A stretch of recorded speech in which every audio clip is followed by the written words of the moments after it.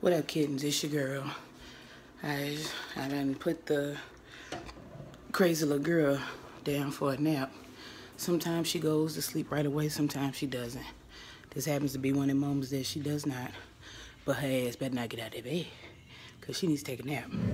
So how's everybody doing this Friday?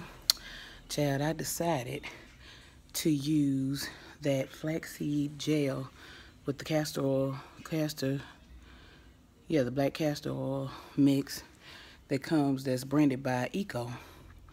And let's just say, I mean, the laydown isn't as remarkable as I thought it would be, but I know this is mainly used for like wash and goes or whatever. So, but yeah, that girl, her hair getting a little long, y'all. It's getting there, you know. I might can throw my little fake it till I make it Afro puff in the back. You never know.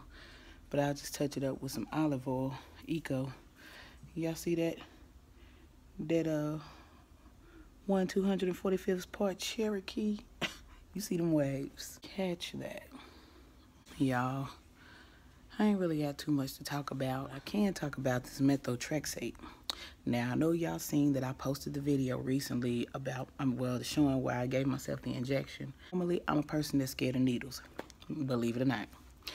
But in this case, usually I taught my husband how to give me these injections, and for some reason they gave me insulin needles, which is cool because that's one of the smallest forms of needles that you can use. And of course, I don't take insulin, but the downside to it was I was wrecking my brain that first night because they had me on 12.5 in pills. Now they doubled it up, so it's a whole 25 milligrams.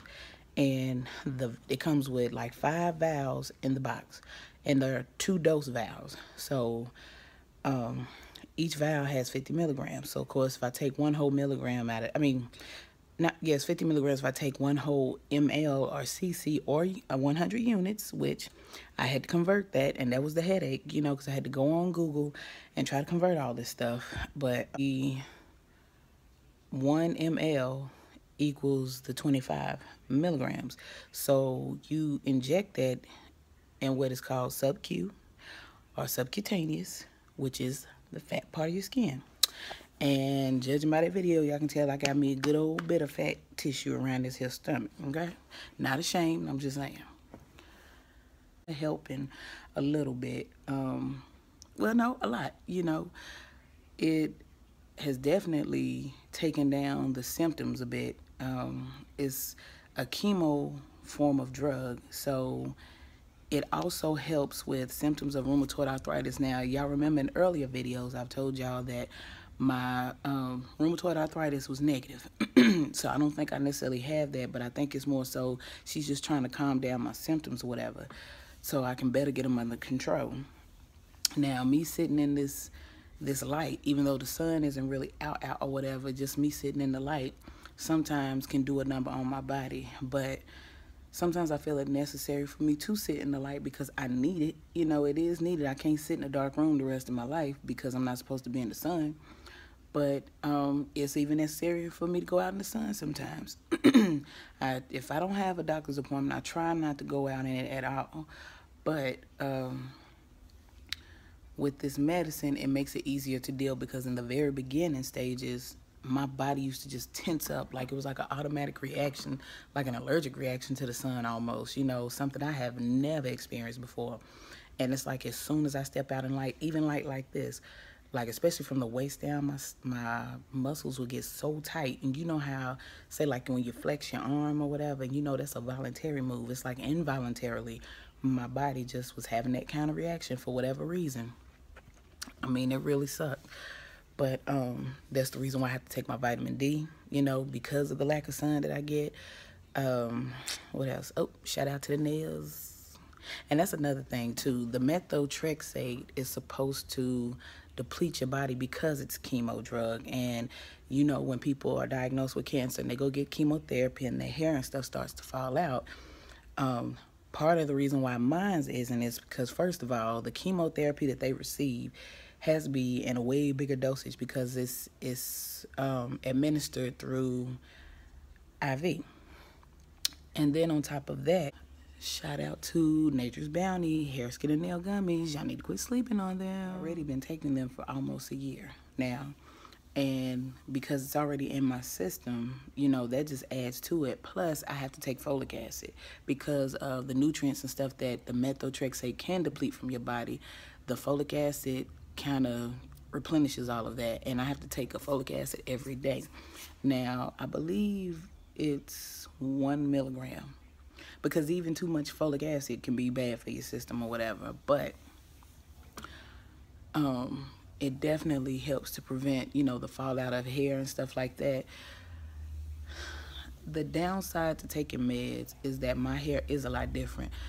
I know that it's growing, but sometimes it seems like it's taking longer to me to grow, only because I know the fast pace of which my hair seems like it used to grow. You know, like I get a haircut and then 2 weeks later, it's time for another one. And of course, I decided to stick with my natural journey. You know, don't really plan on going back to relaxers anytime soon or probably ever.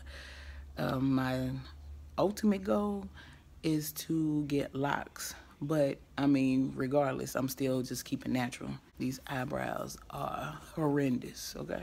Another thing, too, is my feels lately. It's not so much I'm having so many bad days. It's just the fact of me getting back to the person that I used to be. And I held on for so long to the person I was when I was in Charlotte, you know, because I paid the cost to be the boss. I didn't have to depend on nobody. It was just me and my son.